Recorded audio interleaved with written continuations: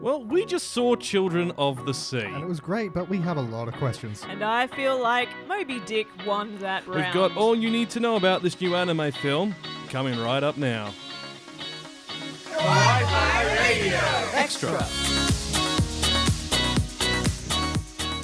Yes, it's another Kawaii-Fi Extra for a film because Children of the Sea finally arrived in Australian shores, at least, in New Zealand. We got to... It only came out last week, I think. Yep. Yeah, and yet to come out in America and overseas, right? Yeah, no, there's no release information for the US yet, but G-Kids are organising the dub and distribution at the moment, and no word on the UK European release yet, but France has already seen it.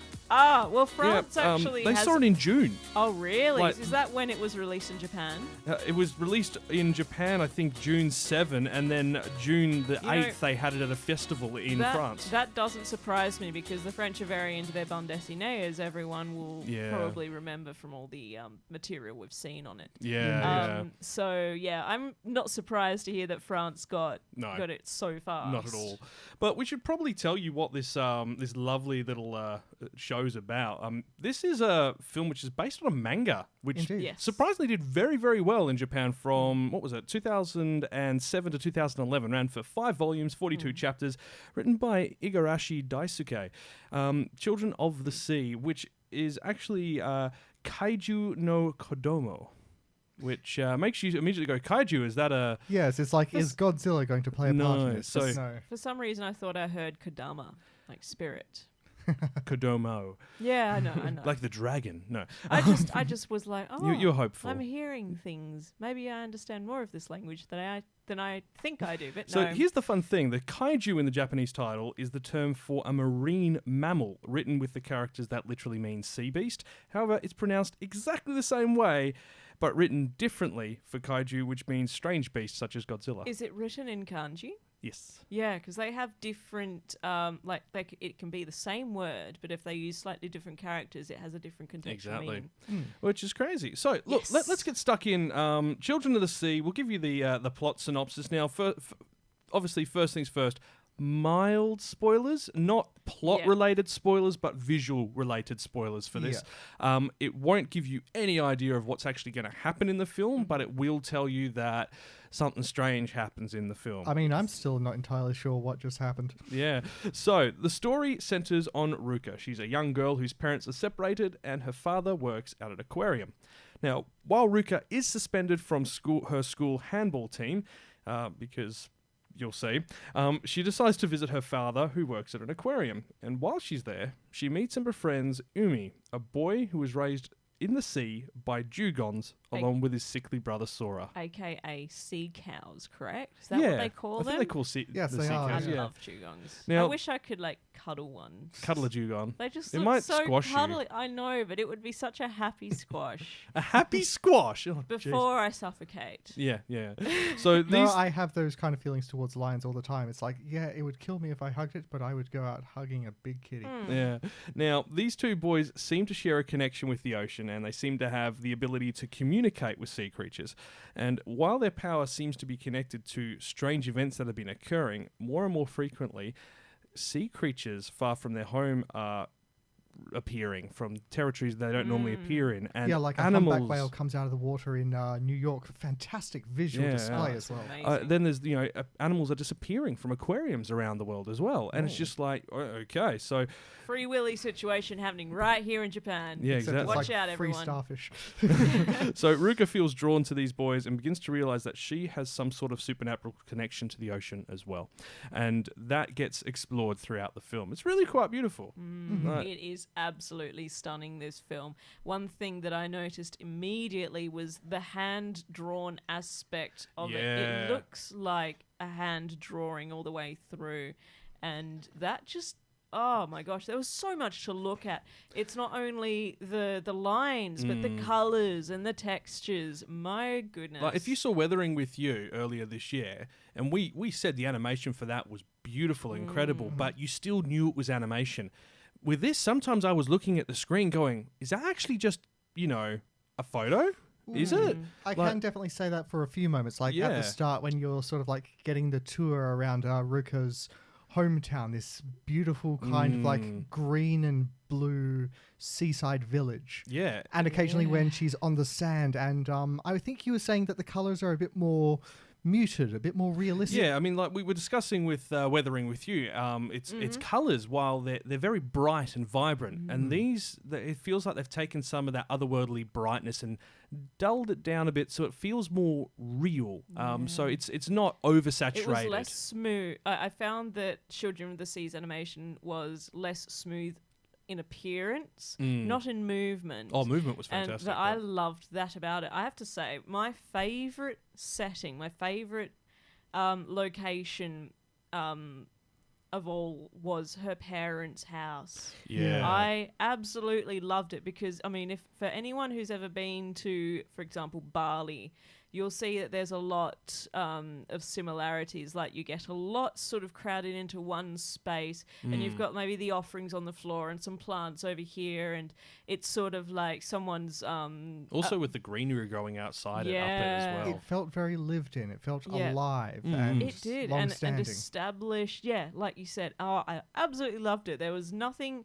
Like, and the way that I think when she walks away, there's some water that she walks through, and the Foley in this film as well. And yeah, obviously we'll get to the sound, but amazing. I actually had a bit where the Foley actually kind of failed it for me. Oh, really? When was that? It's when Ruka is being led by one of the attendants at the aquarium into sort of like the back room, and they're going through sort of like this kind of like dark tunnel which leads into the main attractions scene. And at that point, I don't know, you would... Like, I would expect the sound of footsteps to sort of be echoing off the walls and then to sort of grow more, not muted, what would I say, more sonorous as they got into like the main sort of area. But it remained consistent throughout. And I don't know. There is a question also with whether that was done on purpose because of the way the shot was composed. Yeah. Like, she does feel quite alone at that point. So for her only to hear her own footsteps, you'll notice that it was only one set of footsteps as well, not two. Now that you actually mentioned so maybe it was like a purposeful choice to say this is, her feeling alone in this world. Now that you mention it, there are a few scenes like that, especially at the beginning. Like, yeah, definitely. But look, let's get on to the... I think you want to talk about your bro Joe, don't you? My bro Joe. Yeah, Joe Hisashi. I love that music. But that's not where I was going to go. I thought you had straight to the sound. I was going to go to Joe. We need to talk about where this came from and why it's important and why you should see this film. Yes. So this manga was nominated for both the 2008 and 2009 Tezuka Cultural Prizes. Whoa. Normally you only get nominated once. Yeah, it's kind of unsurprising that this would get nominated, but twice. It won the Excellence Prize for the Japanese Media Arts Award in 2009, and the writer and creator was awarded a Japoon. Here we go again. I love how you always end up with saying Japoon. It's because I'm trying to say Japan and cartoon. It's whenever it's the Japoon. Okay, we have to keep this in. All right. We have to keep this in. So, Wiz was awarded a Japan Cartoonist Awards Excellence Award for his drawing of the manga in 2009. Colloquially called the Japoon Awards. Kyle can word. I can word today. Now, the film, as we mentioned, did have its world premiere, and that was on May 19th, 2019 in Tokyo, and then was released in Japan in June, followed by then France, and now us. I haven't found... I believe it has done the rounds in China and a fair chunk of Southeast Asia already in the last month or two, but there's no official details out just yet. So, look, let's talk about the people behind this. So, director Watanabe Ayumu is the director for After the Rain and Space Brothers, and he's been involved in almost 20 Doraemon films in the art and animation department. Okay. The producer, Tanaka Aiko, she's the founder of Studio 4 Degrees C. She's also the CEO, and she's been involved in almost all their projects. However, here's what really struck me about her. She worked on My Neighbor Totoro and Kiki's Delivery Service. Oh, wow. Do you have... As a line producer. Oh, that's fantastic. So that kind of connects the connection to it. Because the style, when you look at it, visually, a lot of their work, I mean, there are some exceptions here, and I'll get to them in a minute because they're pretty big exceptions. But whenever they do this style of film, it's very... It kind of has that similar feel to a Ghibli. I would say that, yeah. So, Studio 4 Degrees C. founded in 1986 by Tanaka Aiko, and released films such as Spriggan, yes, Berserk Spriggan. Golden Arc Trilogy, 5 segments of The Animatrix. Whoa. Yeah. And that I found, The Animatrix was the most impressive. I mean, I loved the Matrix films, but The Animatrix was absolutely out of this world off chops. It really was. The Animatrix, and there was a similar one done for the recent Batman movies. But yeah, they were a great way to sort of like show different sort of anime directors and styles to the like wider world way back, like before the big sort of like open age of anime that we're experiencing today. Funny thing, Studio 4 Degrees C is also involved in creating video games, including the Ace Combat Shooters game for the PlayStation, and some smaller TV series, including Japanese adaptations of typically Western animations such as Transformers and what was the other one? Thundercats. They did the reboot of Thundercats. Really? Oh, actually, I remember that being like visually very nice. Now, you might be wondering why they're called 4 Degrees C. 5 degrees C was taken? No. The name origin comes from the temperature where water is its most dense. Oh. At 4 degrees, water is as heavy as it can get. And the atoms are as close together as they can get. Fascinating. Wow. Don't know why. I haven't been able to find out why. And that's obviously that's not freezing. No. Okay. No, you got to hit that beautiful 0 to freeze. And then it's lighter, actually, because it's frozen, because they've had to spread apart. Anyway. While you were actually... No more science. While you were researching them, I was researching the writer, Igarashi Daisuke. He's written a bunch of fascinating things, including one I reckon you would be impressed by, Coco. Really? You tell. It's called Little Forest. And I take it by your reaction, you know of it. I've heard of this. Tell me more. Anyone out there hear of a game called Stardew Valley? It's that. It's a manga of basically This that. is Coco's favourite video game at the moment. It's been her favourite video game for several years. It's my jam. It's basically a woman has no luck in the city, and so she moves to this little place in the countryside and makes her own farm. And that's basically amazing. it. More comfort. It's just, I was going to say, there's no giant Totoro beasts or anything like that. No magical elements to it. Hold on, let me check. No. This is Stardew Valley. Oh my god, what's it called? Little Forest? That's right. Oh, you're going to hunt for that, aren't you? Yes, I am. You won't get it till after Christmas, though, because shipping and all that.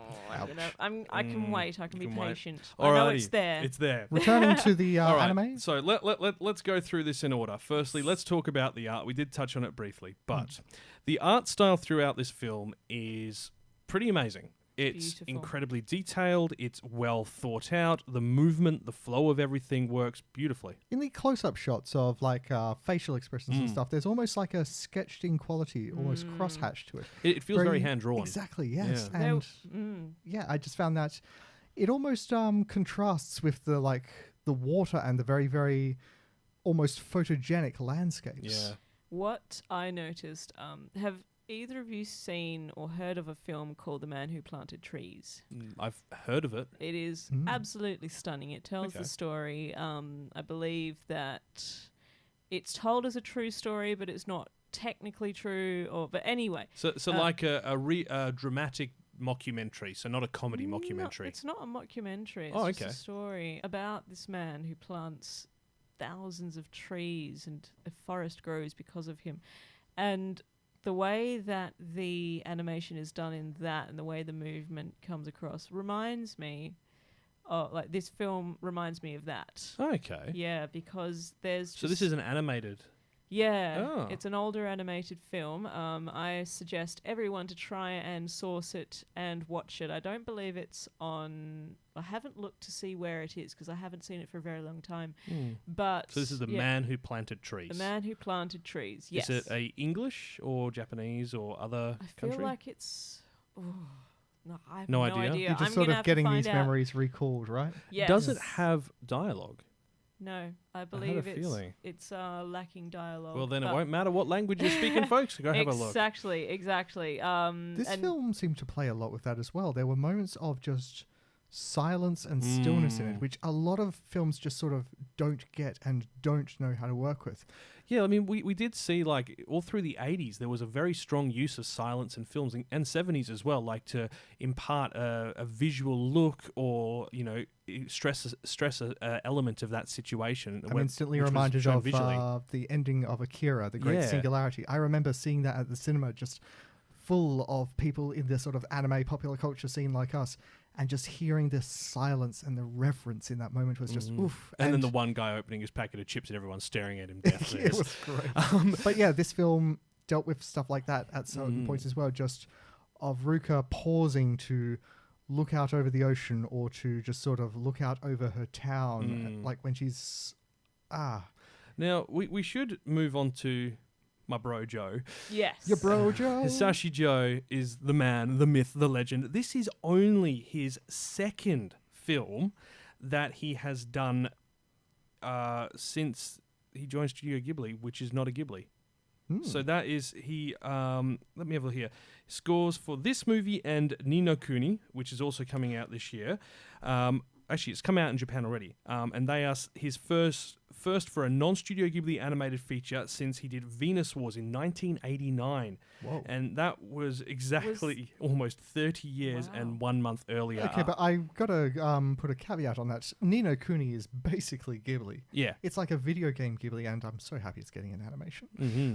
When's it coming out? We don't know. It's already aired in Japan last month, went to their cinemas. However, we do not have an international release date or confirmation of one at this stage. I'll throw a bet down on April. I'm going to push even further. I reckon because it might be considered a niche film, it might take... Because, I mean, this took 7 months. Yeah, and it still hasn't aired in Japan. I reckon we might get it June. Oh. Can I make another point about the animation before we dive straight into the sound? This film has hundreds of sea creatures featuring in it. And the animation of these creatures and the way they move is just absolutely incredible, and the way the camera follows them as well. It's stunning. It is absolutely stunning. It's interesting that you actually use the word camera when we're talking about animation, because we've seen this as well, like Babylon from this season as well. Yeah. They've used camera movement in what would typically be a static shot in most animation. Except they're obviously not using a camera. Exactly. But it's that they mimic its use. It's the interpretation of how powerful that movement can be. And I haven't looked into this yet, but I'm wondering if it's got anything... You remember the animated Beauty and the Beast? The best one, by far. They had to actually create a new kind of camera for shooting the ballroom dance scene. Because of the amount of frames it required. Because that was in the early days of CG, Yeah. I don't know if it was I don't think it was CG. I think it was the fact that there was such a large amount of movement that had to be filmed to show the movement without actually causing choppiness. And remember how in the film where they're dancing, the camera starts up high and then zooms right down and right into them and then sort of flies away. It's so beautiful. Yeah. There's just something you wouldn't be able to do with a conventional camera in live action. Well, you could. Can, you just and get a really good crane operator or a really good drone. I'm going to go crane because otherwise, all you get on the audio mic is bzzz. Maybe. But yeah, we'll have to find out more about that. Anyway, so let's Back to sound. Let's be honest. Sound we can probably cover pretty quickly. If you've seen any Studio Ghibli film, you are going to love the audio used in this film, both its music and the way it's composed and the way it is utilized. Heck, if you've seen Interstellar, that movie from last year, was it? A couple of years now, 2017, I think.